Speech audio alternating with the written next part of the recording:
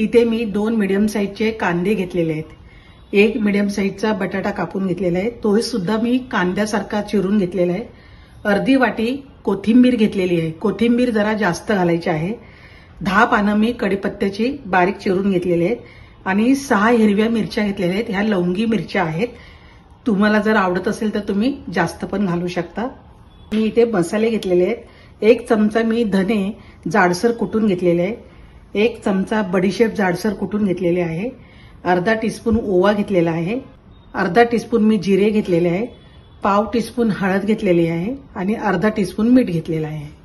इथे 1 वाटी मी बेसन पीठ घेतलेलं आहे। त्याला कुरकुरीतपणा येण्यासाठी इथे मी 1 चमचा तांदळाचं पीठ घेत आहे। पिठामध्ये आता थोडंसं पाणी घालून मी ते मिक्स करून घेत आहे। पीठ भिजवण्यासाठी लागेल तसं पाणी घालायचं आहे, आधीच जास्त पाणी घालायचं नाहीये आणि हे पीठ आता चांगलं फेटून घ्यायचं आहे। पीठ मी जास्त पातळ केलेलं नाही, बघा एकदम घट्ट आहे आणि हे चांगलं त्याचा कलर बदलेपर्यंत फेटून घ्यायचं आहे। जेव्हा फेटतो ना तेव्हा त्याचा रंग सफेद होतो, त्याच्यामुळे हे पीठ हलकं होतं आणि भजी पण आपले सॉफ्ट आणि चांगले होतात। जेव्हा पण तुम्ही कधी भजी कराल त्यावेळेला पीठ असं आधी फेटून घ्या। पीठ फेटल्यानंतर याचा कलर बघा थोडासा चेंज झालेला आहे। पीठ चांगलं फेटलं गेलं की नाही हे कसं ओळखायचं? एका वाटीत मी पाणी घेतलेलं आहे, ह्याच्यातलं पीठ मी याच्यात टाकत आहे।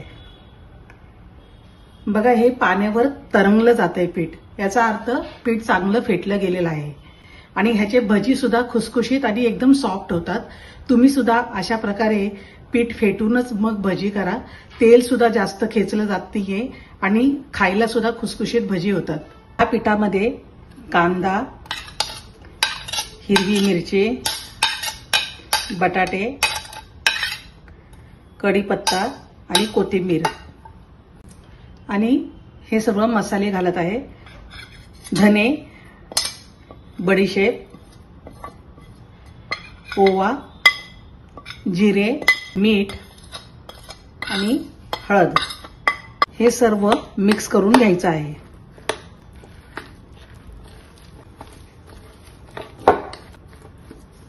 चिमूटभर सोडा टाकत आहे, सोडा जास्त टाकायचा नाही कारण आपण पीठ सुद्धा जास्त फेटलेलं आहे, त्यामुळे भजी खूप हलके होतात आणि सोडा जर जास्त पडला तर भजीमध्ये खूप तेल राहतं, म्हणून सोडा थोडासा कमीच टाकला आहे मी आणि याच्यावर थोडंसं मी पाणी सोडत आहे।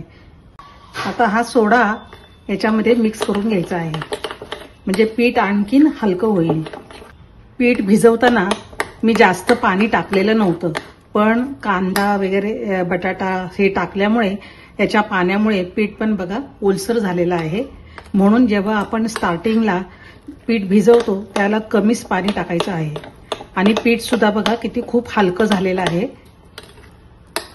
तेल मी गरम करायला ठेवलेलं आहे, आता याच्यामध्ये मी हे भजी सोडत आहे। तेल आपल्याला जास्त पण गरम नको आहे, अगदी मध्यम आचेवर हे करायचे आहेत।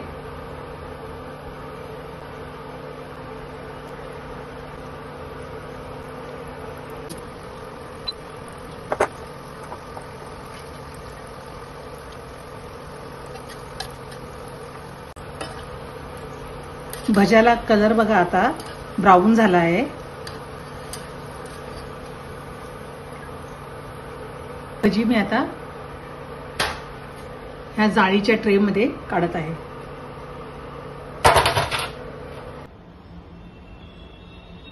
भजी बघा मी एक तुम्हाला तोडून दाखवत आहे, आतून किती सॉफ्ट झाला आहे आणि याला जाळ्या सुद्धा पडलेल्या आहेत आणि बिलकुल तेल नाहीये बघा। तुम्ही सुद्धा अशा प्रकारे गोल भजी करून बघा आणि मला कमेंटमध्ये सांगा आणि फॅमिली फ्लेवरच्या चॅनलला तुम्ही लाईक, सबस्क्राईब आणि शेअर करा।